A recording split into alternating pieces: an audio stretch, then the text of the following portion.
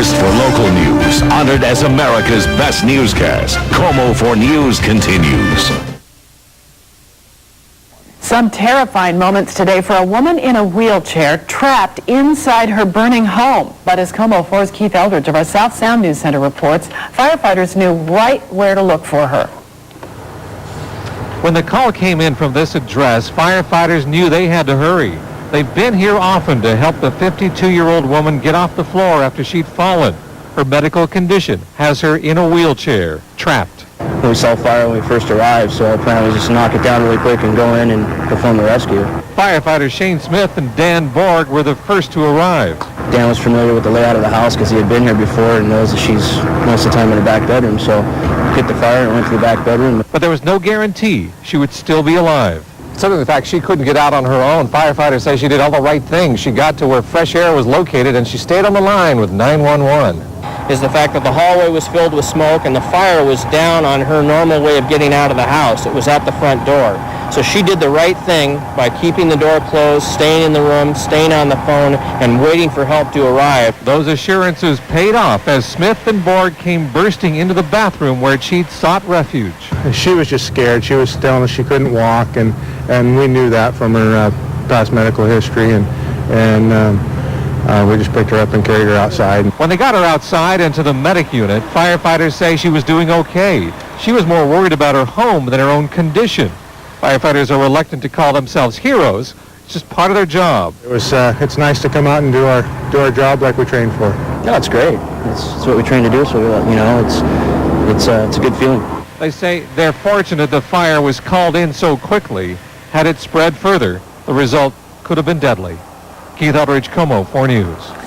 We're told the woman is doing okay. Investigators say the fire was started by a heating pad on a recliner, and the victim only had a heat sensor, not a smoke detector. Seattle police. A woman in a wheelchair trapped in her burning house was within seconds of losing her life. Now she has the chance to personally thank the firefighters who rushed in and rescued her. Komo 4's Keith Eldridge of our South Sound News Center is live in Federal Way where the Hero Awards are being handed out. Keith? Yeah, Dan, the firefighters are reluctant heroes. They always say, oh, we're just doing our job. But Connie Getchman says that's too bad. She wants them to receive full honors. So just a few moments ago here at the Fire Training Center, Connie took part in the ceremony. And it's an honor that the efforts of the firefighters, Dan Borg, Shane Smith, and driver Doug Mole, and their commanders.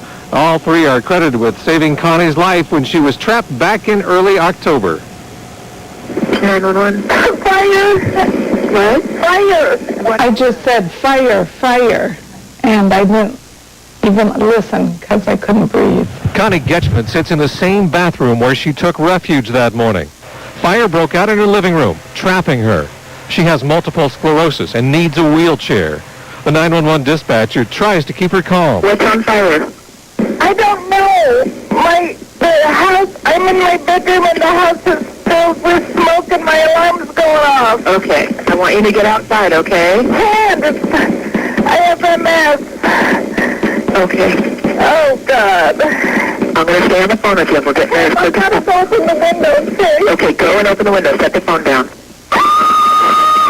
It kind of amps you up a little bit. We get a little more excited.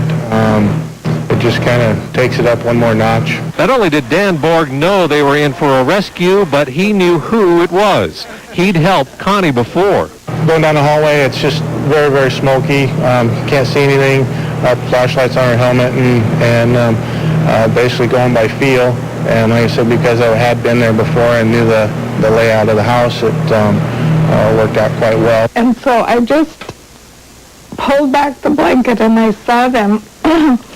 And I said, I'm in here and I can't walk. And they said, we know, cross your arms. And with that, Borg and Shane Smith rushed her to a waiting aid car. She was unhurt. But a few more minutes inside, and the smoke would have killed her. Great. It's rewarding. It's a rewarding experience. I think it's great. There's just no words for guys like that. They are so wonderful. And not only are they wonderful, but they tonight are getting what's called the Meritorious Unit Citation. And that's a fancy word that Connie says all it really means is that they saved her life, and she'll be forever grateful. We're live in Federal Way. Keith Eldridge, Komo 4 News. Thank you, Keith. Yeah, they might just be doing their job, as they say, but they sure do it well. They don't do a they? good job. Yeah.